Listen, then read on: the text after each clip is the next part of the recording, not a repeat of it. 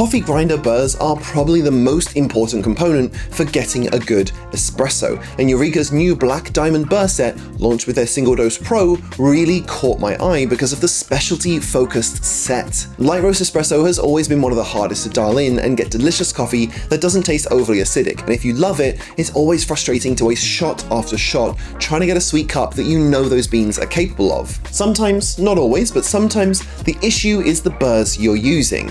Different burrs change the flavor profile of the coffee. If you look at these two burr types and the shapes of the fins and blades and cutting angles, it's clear that they'll grind coffee very differently. If you watched my video about grinder burr type testing, you'd know that I think that the shapes that coffee grinds get into is just as important as the size and uniformity of the grinds. So Eureka sent me all 4 of their new 65mm Black Diamond flat burrs, which are made by a towel mill and then assembled with a blind burr on top with screws in the back of the burr and a non-blind burr on the bottom attached with screws that go through the housing for the Single Dose Pro grinder. I'll be focusing mostly on the specialty set in this video because, to put it simply, these burrs are great. But does that mean that this grinder is jumping instantly to the top of my list of great mid-tier single dose grinders? The jury's still out on that one, and I'll be doing a comparison of 5 excellent grinders soon, so subscribe now to see that when it comes out. So, let's jump into it. I want to talk about the workflow first because it doesn't matter how good the burrs are, if the workflow sucks, it's going to be less fun to use. Thankfully, the Eureka SDP is very simple. It's got a very small hopper with bellows and an anti-popcorning cover, which actually does a really job of stopping beans from jumping out, and a slightly unusual dosing cup. It has this bell shape and a little plastic top that connects to the funnel, so you don't make anywhere near as much mess, especially when you're using the bellows to blow out the grinds stuck in the chamber. Not gonna lie though, this is one of the most aggressively vibrating coffee grinders I've ever used. Part of the reason for that is the powerful motor that's spinning at 1650 RPM. It doesn't have variable speed, and it's not brushless, and it's locked to a higher speed than most grinders I've tested. So this isn't necessarily a bad thing. Faster grinders just tend to create more courses and fines as grinds are flung from the burrs, so it'll get more body, which can be good for espresso lovers like me. But this does create a bit of a problem when the grinder chamber and the build has design issues that run in the opposite direction. The biggest culprit is the declumper, and this has been a problem with Eureka grinders for quite a long time now. Everyone complains about the declumper. It gets blocked up very easily, it forces regrinding, and it doesn't stop clumps, it actually makes them. After just a few shots, I started seeing this effect where clumpy boulders would come out instead of nice fluffy grinds. And because of the burr chamber having very little space at the sides, the grinds kind of get pushed back up and lodged in a ring around the side, above where the blades are supposed to pull them down into the chute. And this leads to quite a lot of retention throughout, at least a gram or so after just a few shots. This is the reason why I removed the declumper entirely, which certainly helps to get more of the coffee out faster. If you RDT with one of these spray bottles, it can reduce static and clumps a lot, and even without using RDT, there's a cover for the dosing cup anyway, so you don't have to worry so much about static spraying fine grinds everywhere. One of the things I want to try is seeing if a slow feeder helps to reduce this problem. I think the beans are compacted by other beans behind them, pushing them through faster than the grinder can grind them up, so this might help to solve the problem. I've got one from Fuse Designs I'm testing on the VS6, and another one from Cremaloop incoming soon, but unfortunately I don't have a connection for the Eureka grinder for either of them. I'll ask about putting one of these together and we'll post about it on my Instagram if it works out. So why is regrinding such a big problem that I've mentioned it so near the start of this video? Well, fines are much worse than coarses. They get bitter really quickly and produce that sort of dry astringency that's really unpleasant, and regrinding and having grinds get stuck ends up producing a lot of fines. It's quite hard to describe the feeling, but it's kind of like that chalky mouthfeel and aftertaste that makes your tongue feel a little off, like a dry coating. This is because of the breaking down of polyphenols into phenylendanes that adds that odd, bitter drying effect. I get really into the coffee science and whether these kinds of compounds are good for you in a video I'll link up here. There are some very good changes Eureka has done, like the upgraded dial wheel, which is much bigger and easier to adjust. I like the simplicity of the workflow and the dosing cup that keeps my counter clean. But the most important thing is how the espresso tastes. I basically swapped out the stock burrs for the specialty ones the day I got it, and I didn't get around to testing the other burrs till recently because these burrs are really, really nice. Just in my experience, the flavor has been bright and punchy and really accents fruit-forward beans, lighter roasts, and funky processes. I'm really enjoying the espresso coming out of this. So how does it actually work? I had to look at the architecture up close. Now, these are half-blind burrs, which is honestly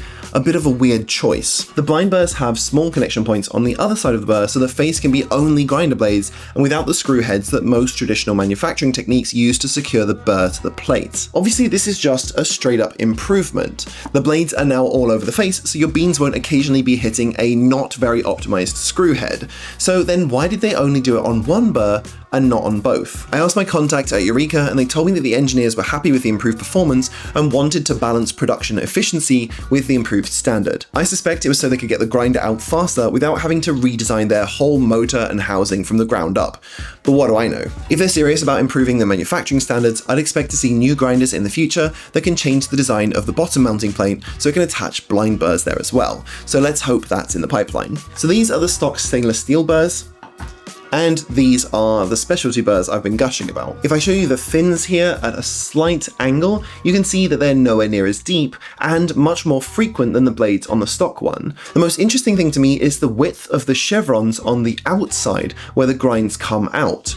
This is much wider than in other burrs that I've tested, and I have a hypothesis why. I think this geometry is trying to roll the grinds before they escape the burrs. This will make them more spherical and thus have a higher surface area, and that's probably why they extract with more clarity and sweetness than with these burrs that create more flat edges to the grinds with deeper angles on the blades, and then they don't roll them to round them off as they come out of the burrs to the sides. Now I know I'm getting really nerdy about this, but I think this is one of the most underappreciated things about coffee grinder burrs at the moment. I may be wrong in my hypothesis, though from experience it makes sense because these burrs are really very, very good. So although I can taste the difference, let me do a little testing to show you some metrics on how this might be working. I do just want to put an asterisk on this and say that I don't think you can tell just from charts of grind distribution whether or not an espresso tastes good. There are just too many variables to consider, and I don't want to engage in scientism where we all just make up bullshit because of the grind size distributions and claim that this shows that that's objectively better. I just don't believe that, and I think that it's still always going to come down to the experience and the taste, so take all of this with a pinch of salt. But I put some of these grinds here on the D-Fluid Omni to test the distribution of grounds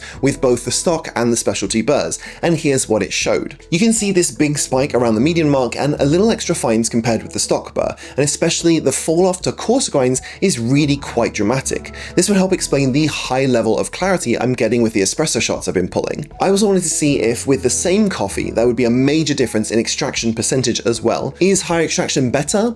Well, not exactly. With dark roasts, if you extract too much, you'll get a lot of bitterness very quickly, but usually with light roasts, I try to get the absolute maximum extraction I can within the kind of shot timings that I want for an ideal espresso, because I think it's actually very hard with current technology to really over extract light roast coffee with good technique.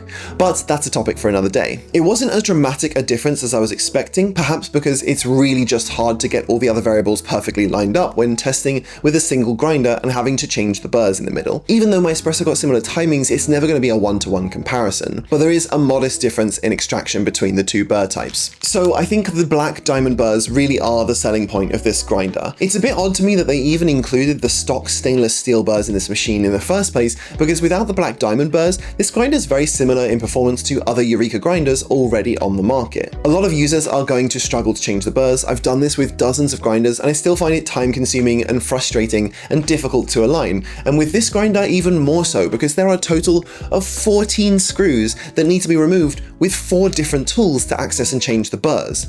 I'm sorry, but that's just crazy. When I did the Vario VS6 burr comparison video, it was so easy because there's literally just one screw and I can switch the burrs in like a minute. No alignment necessary, but that's another issue. For mine, the stock burrs were not aligned from the factory. You might get lucky and have burrs that are perfectly lined up, but mine weren't, and this is a problem throughout the world of high-end coffee grinders. I've talked about how important burr alignment is in other videos, and it's one of the things that I think every grinder manufacturer should either just do in the factory or put clearly on the box and in the instructions that the grinder will suck unless it's aligned manually. The plates and mounts have to be machined perfectly and then the burrs lined up, because even a few microns out will cause big variance in the size of your grinds, especially for espresso. Doing this at home requires a little bit of technical knowledge and skill, but grinder manufacturers are not doing this before sending it to customers, and a lot of people are just going to have worse coffee and not even know why. I don't have the tools to test specifically how far out my burrs were. I just did a marker test, which is how I generally align burrs,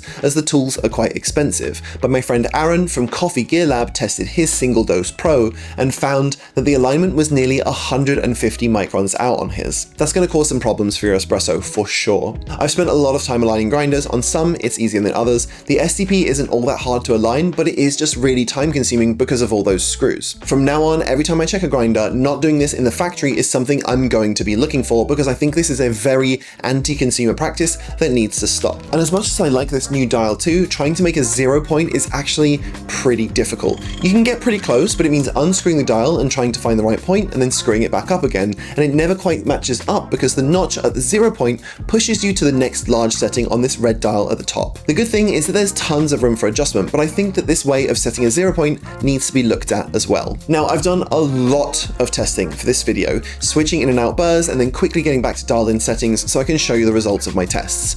If you want to be able to get dialed in as quickly as I can, no matter what your home setup, you'll want to check out the Brew Ledger. It's an espresso journal where you can write in your settings to get dialed into perfect espresso really fast. And if you're switching beans or brew methods, you can easily come back to your perfectly dialed in settings without wasting beans. There's a link down in the description, and thanks so much for watching, you wonderfully overcaffeinated people, and I'll see you on the next one.